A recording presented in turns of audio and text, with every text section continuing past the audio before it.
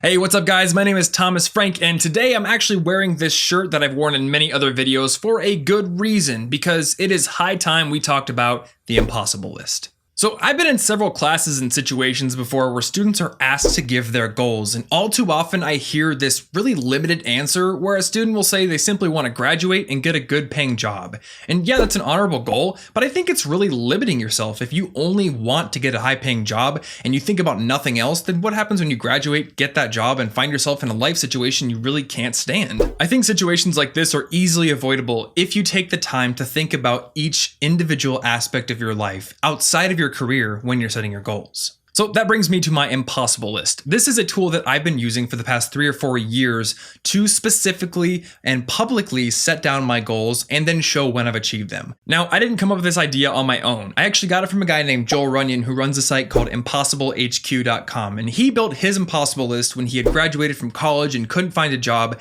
and today he's used it to run ultra marathons, help build schools in other countries, and do all sorts of awesome stuff. And when I found it, I knew I had to make my own. So essentially my impossible list is just a list of all the things I want to do with my life categorized by type. I have health goals, I have financial goals, I have professional goals, charity goals, skill goals, all sorts of goals, and I have them specifically written down and public on my website. Now you might look at my impossible list and think it looks like a bucket list, and it has some similarities, but it also has some key differences that I want to go over right now. For one, a bucket list doesn't really inspire you to take action right now. It's kind of a list of things you'd like to do and like to be able to look back and say you did before you die.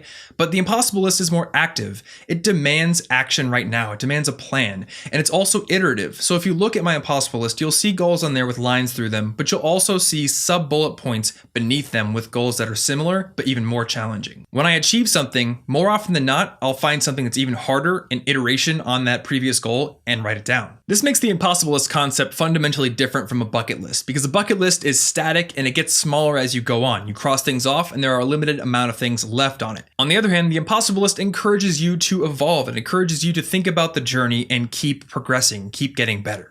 Now, like I said, I can't take credit for this idea. Joel's the one who came up with it, and I'm incredibly thankful I came across his blog and kind of stole the idea for myself, but I have added a couple of extra features that I think make it even more useful. If you look at the top of my impossible list, you'll see 2 extra sections that aren't on Joel's list. Number 1 is the last 5 completed goals, and I added that there because as a student, I was always really afraid that I would graduate and get in a comfortable life situation where I was making enough money and then stop progressing. I was really afraid that I would rest on my laurels, stop getting outside of my comfort zone, stop learning, and I really didn't want this to happen. So the last 5 completed goals section lets me look at the things I've done and how recently I've done the last one. If there's been a long time since I've completed something, then I know I need to get myself back into gear. Having that section there and having it public keeps me accountable and keeps me progressing, keeps me staying uncomfortable. The other addition is the top section of my impossible list, and it's my current focuses. There I list the 3 to 4 things that I'm really focusing on, because I know as somebody who wants to achieve a lot of different things, it can be hard to pick 1 or 2 to really focus on at one time.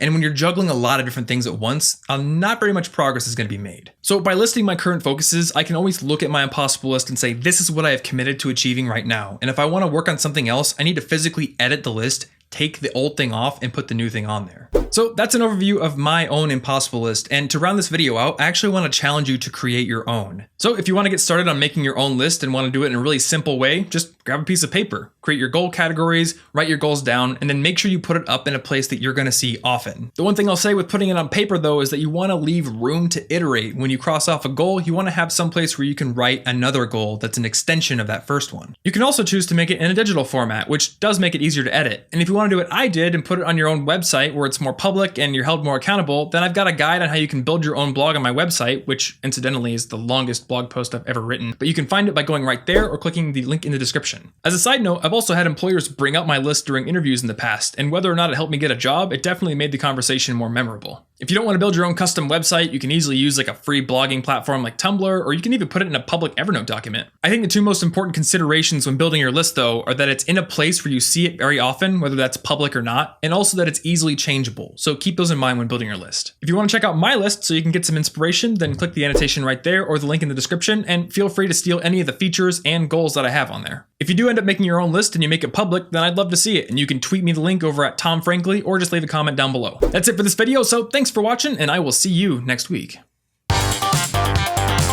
Hey everybody, thanks so much for watching my video on the Impossible List. If you want to get new videos every single week on being an awesome college student, then click that big red subscribe button right there. I also wrote an entire book on earning better grades, and if you want to get a free copy of it, click the picture of the book and I'll send you one. If you want to get links to anything I mentioned in this video and also some extra Impossible List examples, then click the orange logo right there to go to the companion blog post. If you missed the last video, there's a clip of it playing right there you can click. And lastly, if you have any suggestions for other videos or just want to connect, I'm Tom Frankly on Twitter, or you can leave a comment below. Thanks.